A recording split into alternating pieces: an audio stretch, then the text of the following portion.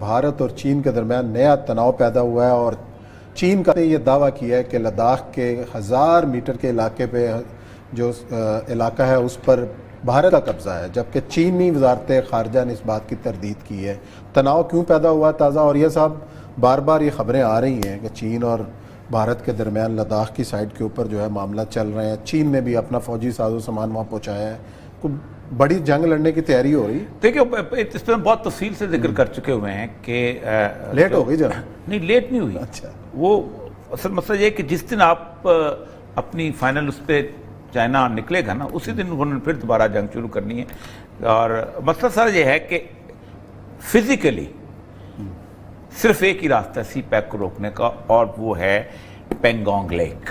اچھا، پینگونگ لیک جو ہے یہ اس علاقے کے اندر لداخ کے اوپر ہے۔ 3 مہینے سے چین جو ہے اور اپنا انڈیا کے درمیان سفارتی گفتگو شروع ہو رہی ہے کہ جو ہماری پہلی لڑائی تھی نا، اس لڑائی میں جو آپ بندے لے کے گئے ہو ان کو واپس لے جاؤ، اور اس میں چھوٹی چھوٹی جھڑپیں بھی ہوتی رہی ہیں۔ ہوا یہ ہے کہ وہ جو اس پینگونگ لیک کے ساتھ جو ایک سڑک ہے، تو جو میں پہلے بھی ذکر کیا تھا کہ 62 میں چائنا نے وہاں بنانی شروع کی تھی، اور چائنا کو اس وقت سے پلان تھا۔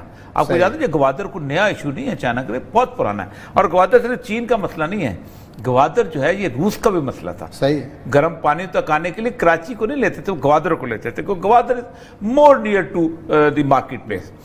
تو 29 اور 30 کی درمیانی رات کو LAC line of actual control کے اوپر تقریباً 2000 کے قریب جو ہیں وہ انڈیا کے فوجی جو ہیں وہ وہاں پر پہنچے ہیں، اور وہاں پر ان کی ایک پوسٹ تھی چائنیز کی، لکھوک پوسٹ، وہاں سے لکھوک پوسٹ اس طرح کا نام ہے، وہاں سے انہوں نے مقابلہ کیا ہے، لیکن انہوں نے ہیلمٹ ٹاپ اور بلیک ٹاپ جو ہے اس پہ قبضہ کر لیا، اور اس جو چائنیز جو تھے، جو انڈین جو تھے، وہ لیک کے آس پاس اس طرف آ گئے تھے، اس کے اپنا شمالی کنارے کی طرف، اس کو دھکیل کے انہوں نے جنوبی کنارے پہ بھیج دیا۔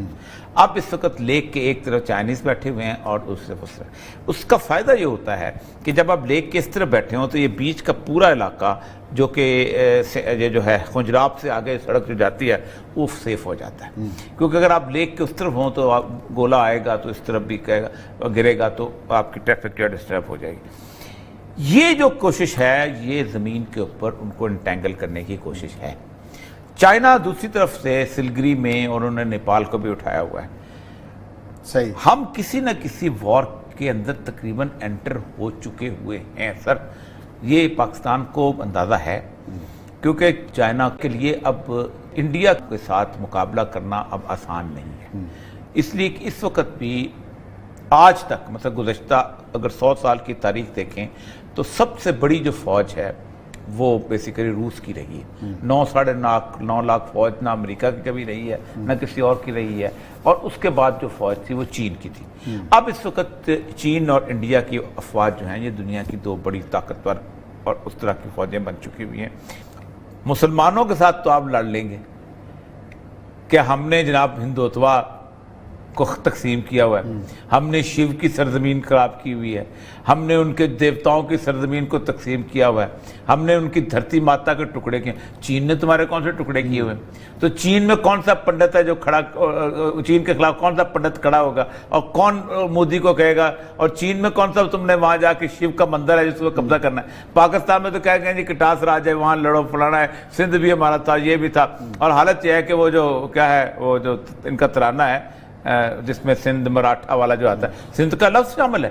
اور آپ کو پتہ ہے کہ سپریم کورٹ کے اندر باقاعدہ اپیل گئی تھی کہ سندھ ہمارے ساتھ نہیں ہے تو اس کے ترانے میں کیوں شامل کرتے ہو؟ تو سپریم کورٹ نے وہ اپیل ریجیکٹ کر دی کہ نہیں، سندھ رہے گا اس کے اندر۔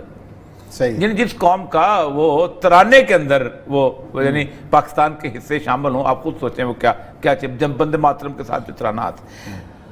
تو اس وقت جو ہے امریکہ سمندر میں بیٹھا ہوا ہے، یہ یہاں پر بیٹھے ہوئے ہیں، اور سی پیک کا کام ہو رہا ہے، تیزی سے ہو رہا ہے، تیزی سے ہو رہا ہے۔ آپ جو ٹنل آپ دیکھیں، میں پچھلے دنوں گیا ہوا تھا ایبٹ آباد کی جو ٹنل بنی ہے، اٹس مارولس۔